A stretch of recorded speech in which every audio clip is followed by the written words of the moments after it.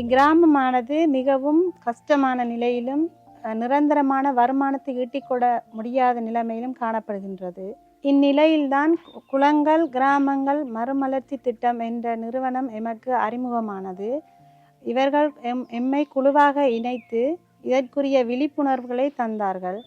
இவர்களின் மூலம் எமக்கு சுய தொழில் செய்வதற்கான சத்துமா செய்வது எப்படி, அரிசிமா உற்பத்தி செய்வது எப்படி என்று முழுமையான பயிற்சிகளும் வழங்கப்பட்டது. இக்கிராமத்தில் காணப்பட்ட ஒரு கட்டிடமானது மூடி இருந்த நிலையில் அக்கட்டிடத்தினை மீளவும் எமக்கு பயன்படுத்தக்கூடியவாறு திருத்தி அதில் காணப்பட்ட மெஷின்களையும் திருத்தி இப்போது அதில் நாங்கள் பயன்பெறக்கூடிய வகையில் எமக்கு செய்தும் தந்துள்ளார்கள்.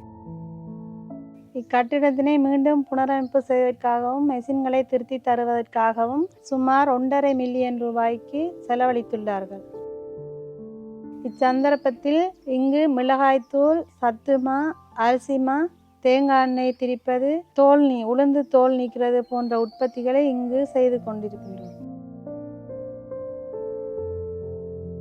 இந்நிலையில் உற்பத்தி செய்யப்பட்ட பொருட்களை பொதி செய்து எமது கிராமங்களிலும் பிரதேச மட்டங்களிலும் விற்பனை செய்யக்கூடியதாக உள்ளது. இந்நிலையில் எமக்கும் எமது குழுவிற்கும் ஒரு வருமானத்தை ஈட்டிக்கொள்ளக்கூடியதாக உள்ளது. கிராம மட்டத்தில் மட்டும் இந்த உற்பத்தி பொருட்களை செய்து கொண்டிருந்தமையினால் தற்பொழுது வன்னி கிரீன் மார்க்கெட் என்ற பெரிய அளவிலான சந்தை வாய்ப்பு எமக்கு கிடைத்துள்ளது. எமது உற்பத்திகளை கிராம மட்டத்தில் மட்டும் சந்தை வாய்ப்புப்படுத்தி கொண்டிருந்த போது வன்னி கிரீன் மார்க்கெட் என்ற பெரிய அளவிலான சந்தை வாய்ப்பு கிடைத்துள்ளது. இதனால் எமது வருமானத்தை மேலும் மெருகூட்டுவதாக அமைந்துள்ளது. இதனால் நாம் மிகவும் மகிழ்ச்சி அடைந்தோம்.